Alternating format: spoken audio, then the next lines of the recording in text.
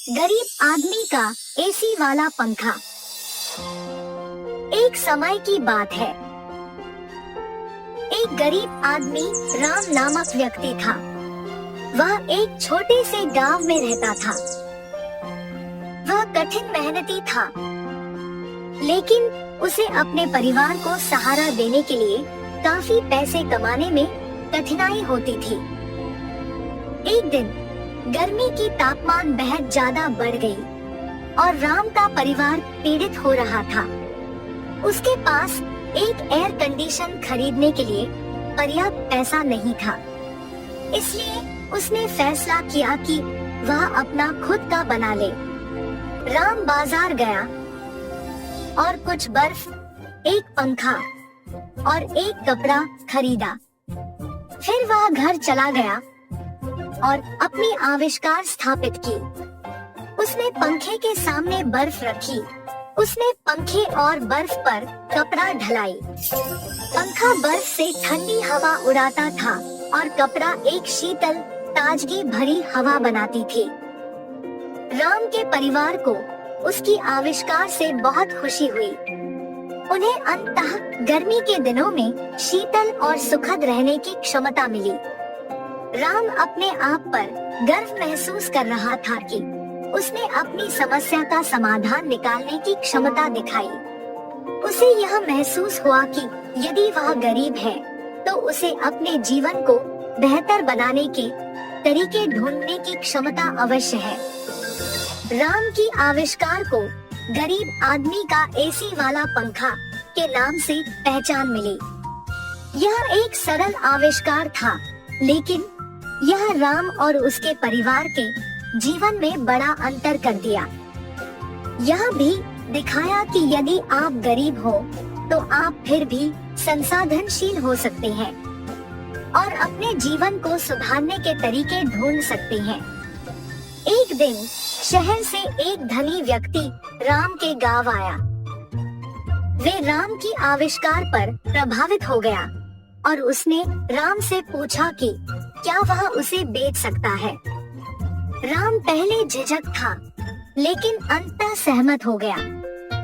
धनी व्यक्ति ने राम को अपने आविष्कार के लिए एक बड़ी राशि दी और राम ने इस पैसे का उपयोग अपने परिवार के जीवन को सुधारने के लिए किया। राम की कहानी हम सभी के लिए प्रेरणादायक है। यह दिखाती है कि हम चुनौतियों का सामना करते हैं तो हम मेहनत करके और रचनात्मक बनकर उन्हें पार कर सकते हैं।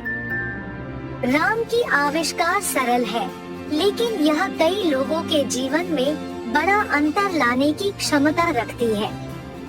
हम सभी राम की कहानी से सीख सकते हैं और प्रेरित हो सकते हैं कि हम अपनी रचनात्मकता का उपयोग करके उन समस्याओं का समाधान करें जो हमारे सामने आते हैं।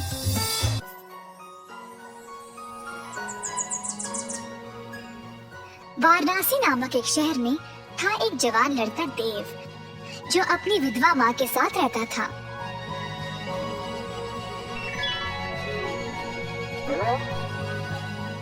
उनकी थी 1 एकड़ की जमीन, जिसमें वह काम करके अपनी रोजी रोटी कमाते थे। एक दिन अचानक से आए 2 सैनिक और देव को बिना उसकी कोई गलती कैद खाने ले गए।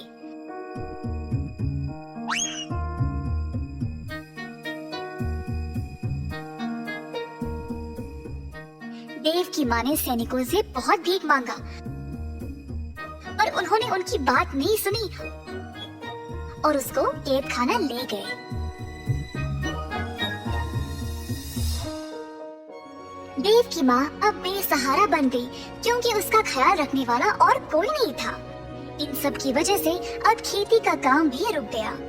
इसी तरह दिन बीत गए और सारा खेत सूख कर नष्ट हो गया। कमाने का उनका यही जरिया था और अब माँ के पास कोई खाना भी नहीं बचा।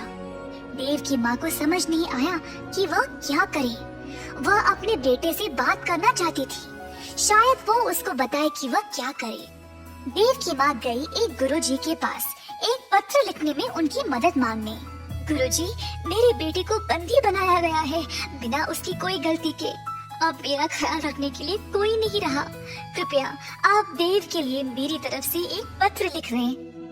देव की माँ, आप जैसा चाहे मैं वैसा ही करूँगा।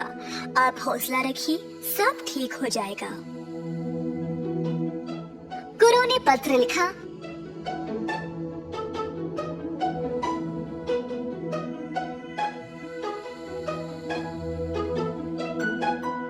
और फिर देव की माँ उसको कैद खाना ले गई। दरवाजे पर पहरेदार ने माँ को रोका। कौन हो तुम? मैं ये पत्र अपने बेटे देव को देना चाहती हूँ। आपको अंदर जाने की आवश्यकता नहीं है। इस पत्र को उस डिब्बे में डाल दो।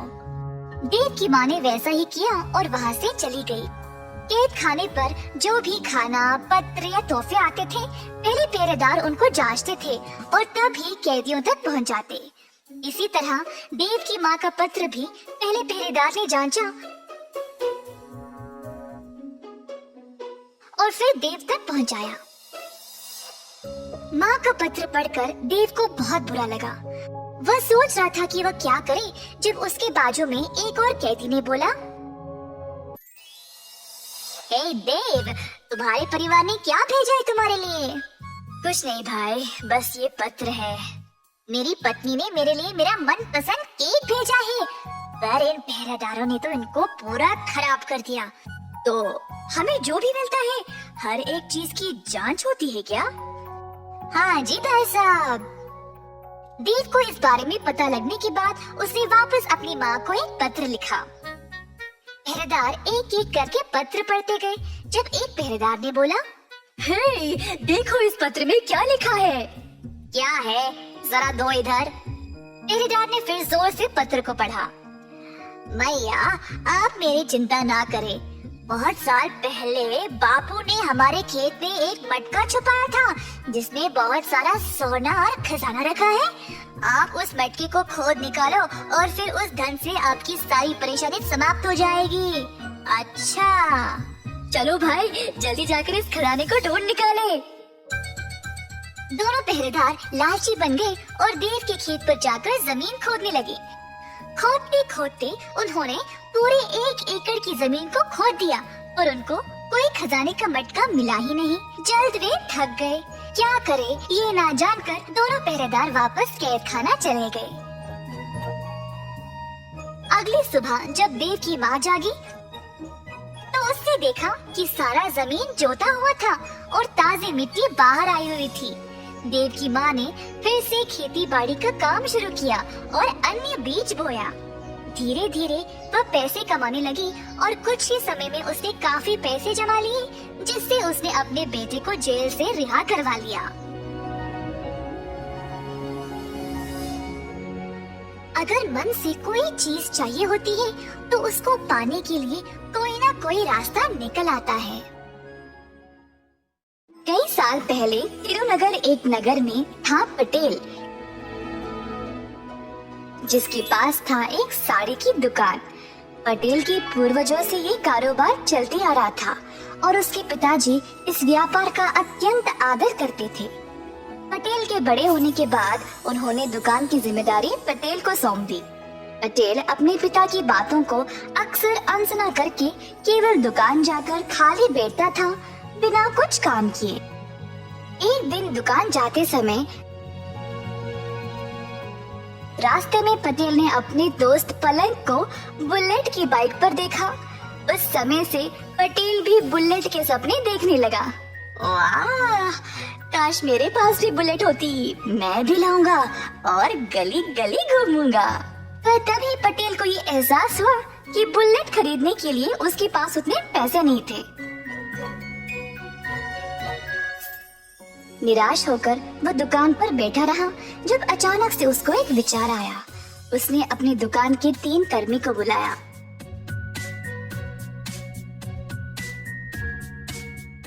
अरे जरा बताओ, हमारे पास पूरे कितने साड़ियाँ हैं? साहब जी, हमारे पास शायद लगभग 50 साड़ियाँ होगी। बस 50? मुझे कम से कम 150 साड़ियाँ बेचनी है। अब और 100 साड़ियाँ कहाँ से लाऊं? साहब जी, मेरा दोस्त एक थोक व्यापारी है। उसके पास एक साड़ी तकरीबन 100 से 250 रुपए के बीच में मिल जाएगी। माल हमारे जितना अच्छा नहीं है, पर सस्ता तो है। अच्छा, एक काम करो, उसके पास जाओ और एक साड़ी 100 रुपए के दाम पर 100 साड़ियों को ले आओ। किसी को इस बारे में नहीं बताना, ठीक है? तो हमें फिर 10,000 रुपए की जरूरत है। आप पैसे दे दो तो हम माल ले आएंगे साहब। पटेल के पास 10,000 रुपए भी नहीं थे, तो वह अपने 50 साड़ियों को 1,000 के दाम में बेचने लगा। 15 दिन के अंदर उसने सारी साड़ियाँ बेच डाली और उन पैसों में से 10,000 निकालकर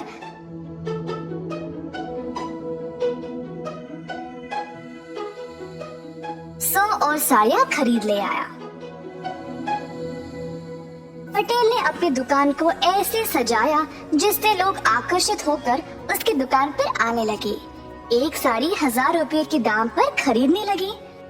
1,50,000 कमाने के बाद पटेल ने अपनी मनपसंद बुलेट खरीद ली। एक दिन पलंग और उसकी पत्नी मनीषा बाहर जा रहे थे। रास्ते में मनीषा ने एक आदमी को साइकिल पर साड़ियाँ ले जाते हुए देखा। साड़ी वाले को रोककर पूछा, भैया कितने में बेच रहे हो? 100 रुपये में एक साड़ी मैडम। अच्छा, जरा मुझे दिखाओ। साड़ियों को देखने के बाद दोनों पलंग और मनीषा हैरान होकर एक दूसरे की ओर देखने लगे। सुनिए जी, पिछली बार मैंने ऐसी ही साड़ी पटेल की दुकान से 1,000 रुपए में खरीदा था। हाँ, सही बोला तुमने, कुछ तो गड़बड़ है। ऐसा कहकर पलंग और मनीषा ने साड़ी वाले को बाजार में लाया और सब लोगों को जमा किया। सुनिए सब लोग, मैंने ये साड़ी पटेल की दुकान पर 1,000 रुपये में खरीदा था और ये लड़का वही साड़ी 100 रुपये में बेच रहा है। ये तो धोखा हुआ। मेरे साथ जो हुआ, मैं नहीं चाहती कि आप लोगों के साथ भी हो, इसीलिए मैंने आप सब लोगों को यहाँ जमा किया है। ऐसा कहते हुए सारी भीड़ पटेल की दुकान की ओर चल पड़े।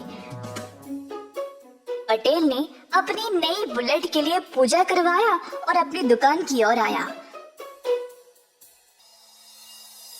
दुकान के बाहर इतनी भीड़ जमा देखकर हैरान परेशान हो गया।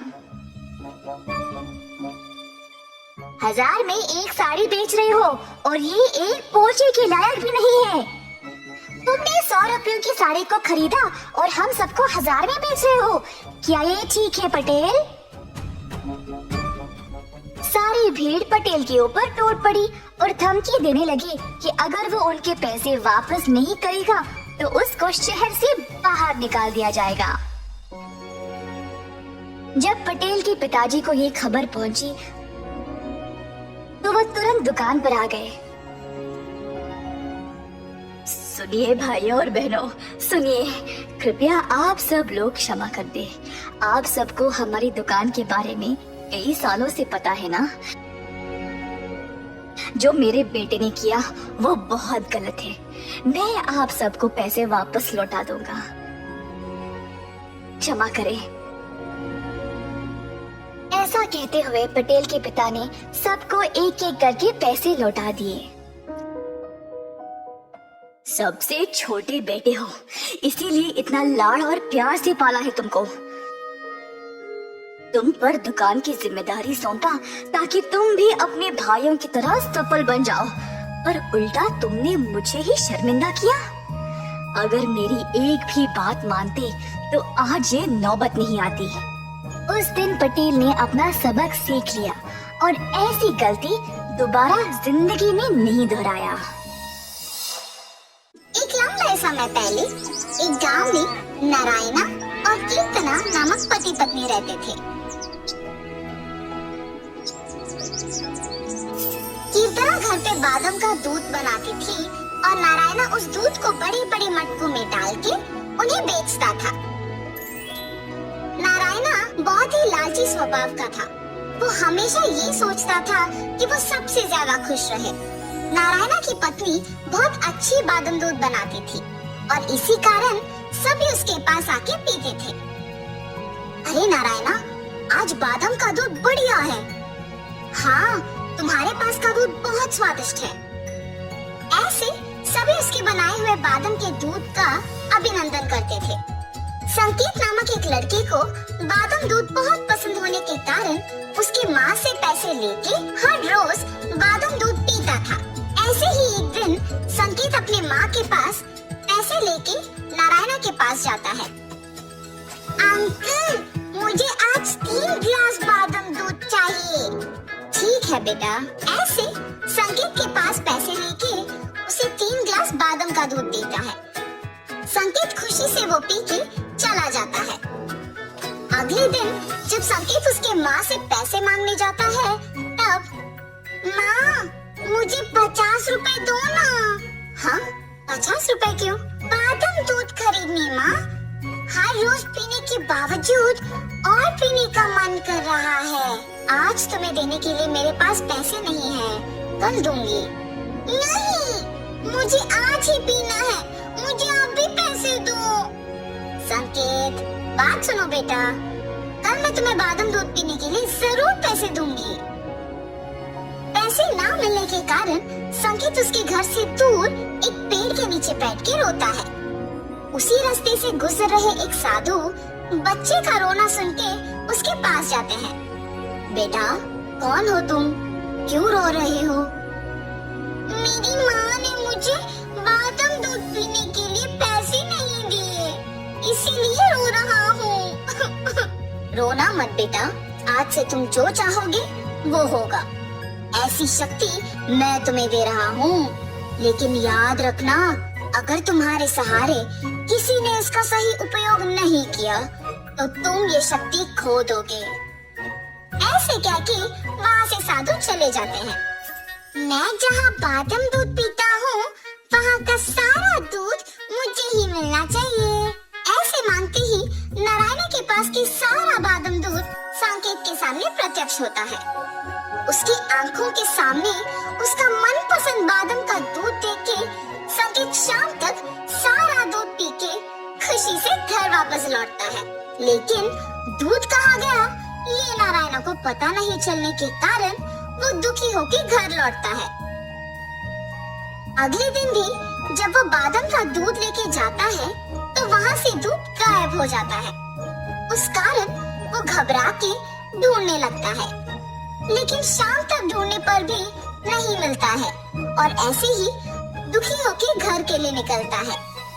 रास्ते में उसे एक पेड़ के नीचे उसके मटके के जैसे कुछ दिखाई देता है और वो उसके पास जाता है। अरे, इन्हीं मटकों में तो मैं बादाम के दूध लेके बेचता हूँ। ये यहाँ कैसे आए और कौन लेके आया होगा? मुझे जानना ही होगा।